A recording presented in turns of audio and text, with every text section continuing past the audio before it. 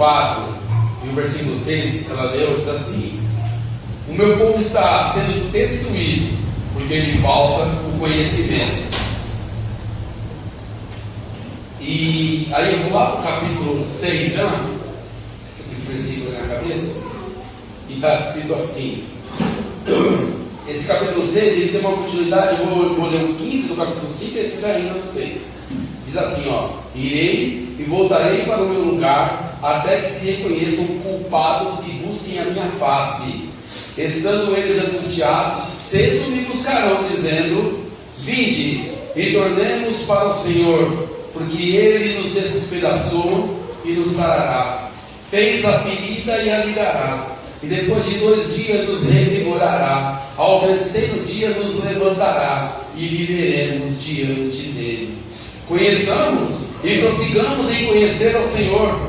Como a alva, a sua vida é certa, e Ele será sobre nós, como a chuva serôdia que rega a terra. Que te farei, ó Efraim? Que te farei, ó Judá? Porque o vosso amor é como a nuvem da manhã, e como o orvalho da madrugada, que cedo passa. Por isso nos abati por meio dos profetas. Pela palavra da minha boca os matei, e os meus juízos sairão como a luz. Pois misericórdia quero, e não sacrifício, e o conhecimento de Deus, mais do que holocaustos. Amém? Se der, eu leio o capítulo inteiro depois.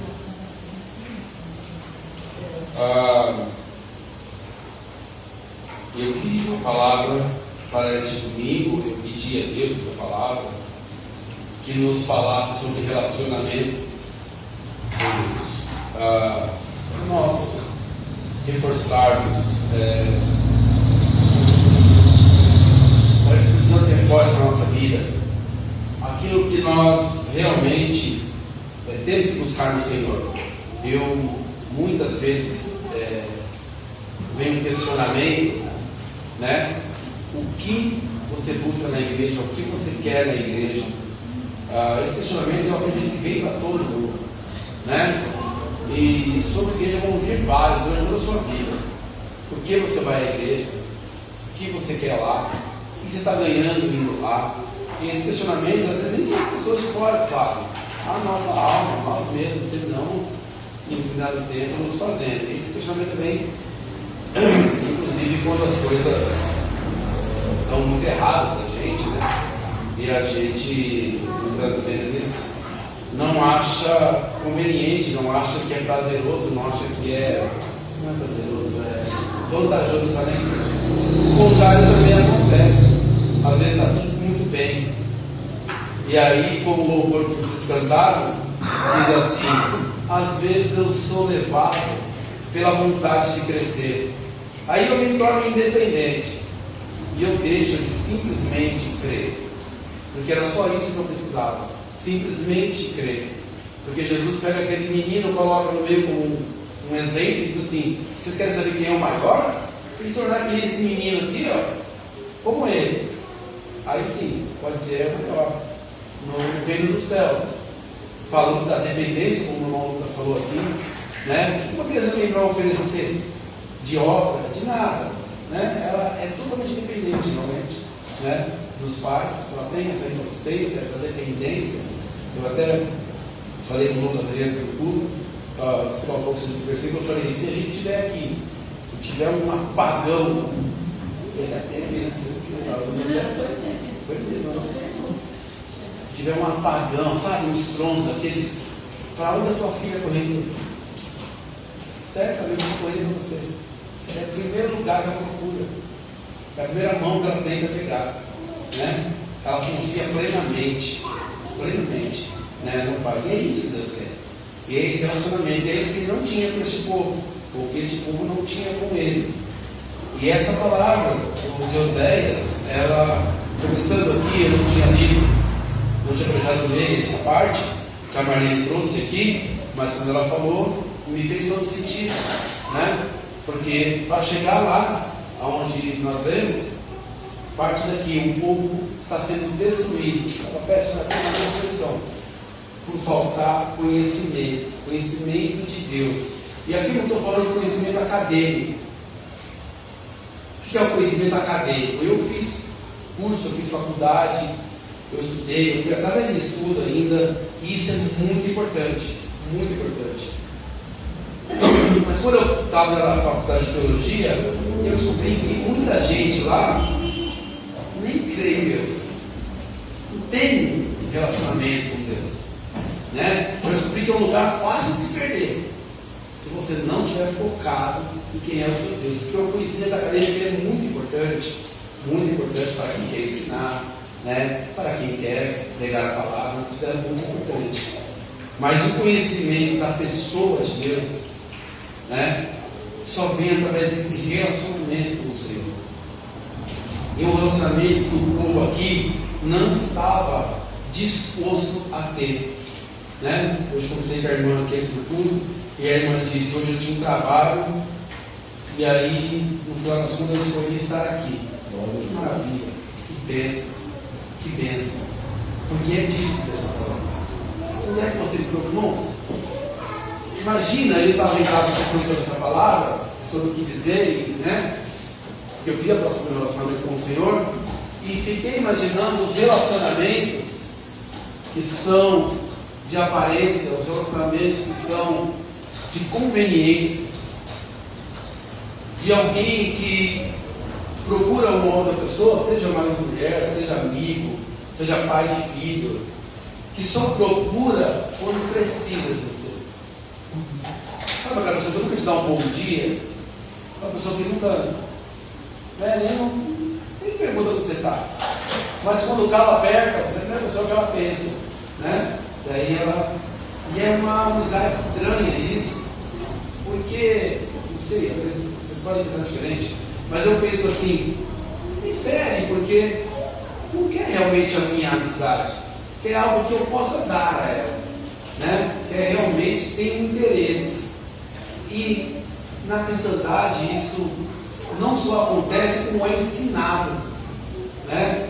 A correr para o Senhor quando tudo está despencando, quando tudo está desabando, tal como Jonas, que só orou a Deus quando estava dentro do peixe, só lembrou do Senhor lá, prestes a morrer já, e aí lembra do Senhor.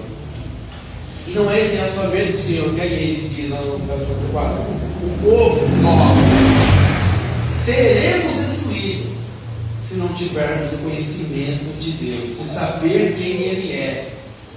É como eu dizer para essa amizade que eu estou exemplificando: olha, quando eu tiver uma amizade sincera, eu não quero ajudar mais, eu não quero ficar pagando pelo para você, eu não quero isso, eu quero ser teu amigo. Porque também as pessoas às vezes, quando precisam de um conselho, um conselho que é bom, eles não querem ouvir, eles só querem também aquilo que já acostumaram a ter, aquilo que agrada a eles.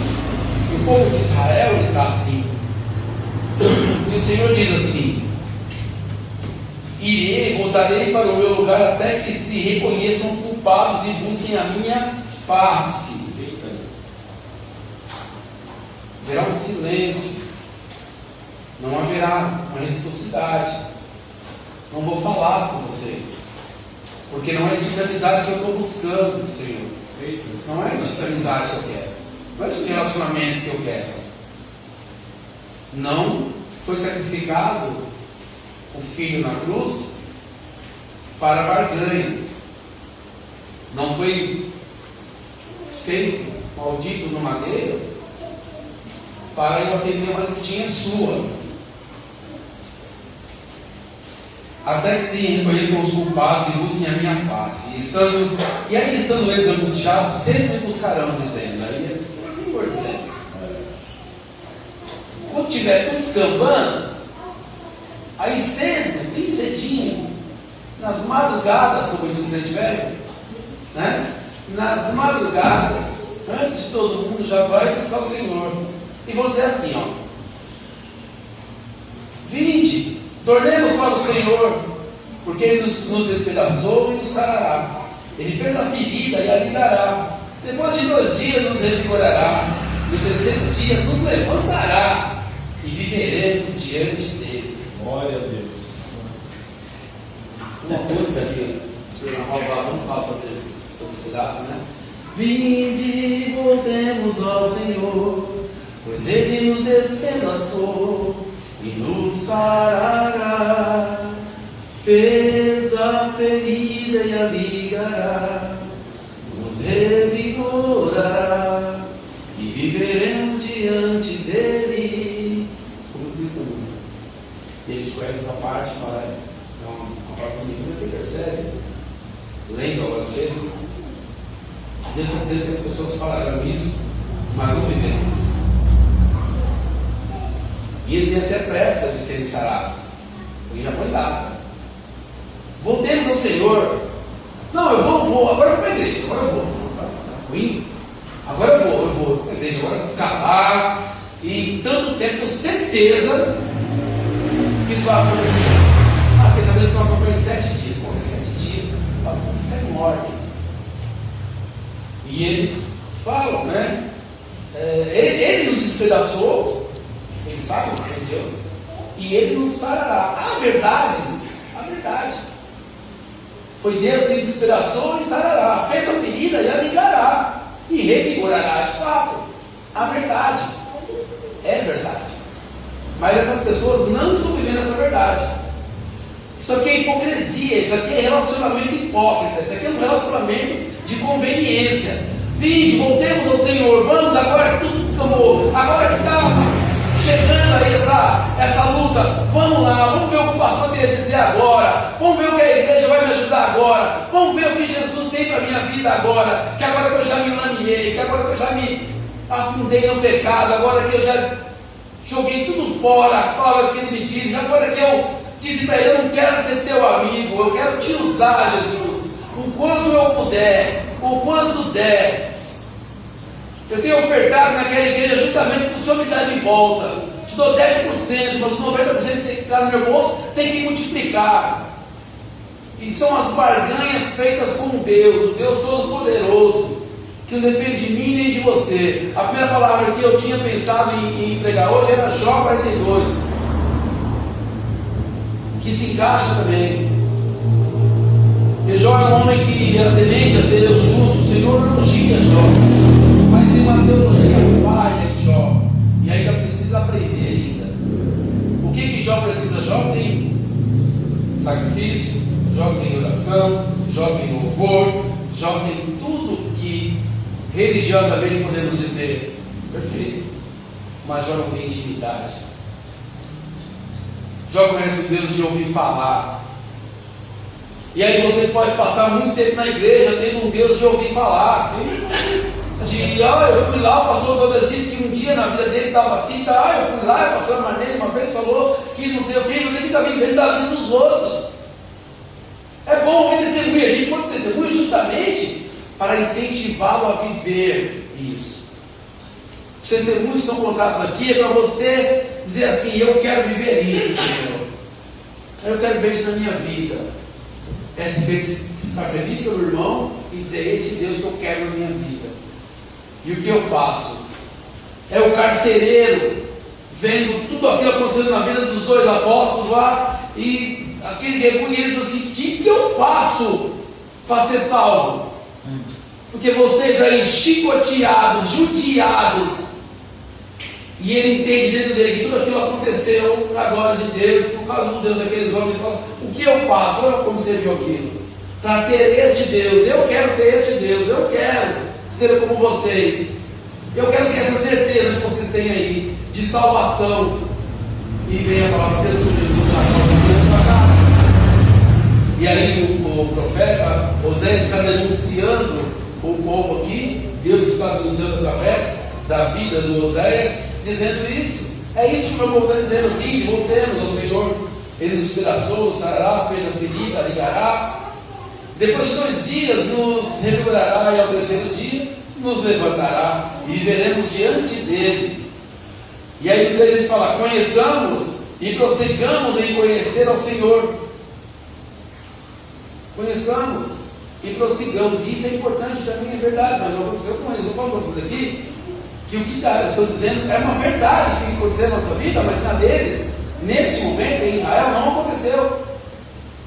Que tem coisas que é fácil você falar e é difícil de você viver. É isso que você tem que entender. Porque é muito fácil, conheçamos e prossigamos em conhecer ao Senhor. Essa palavra eu preguei quando inaugurou essa igreja lá na outra rua.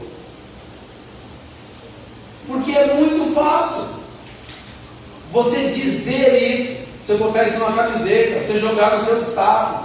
É facinho.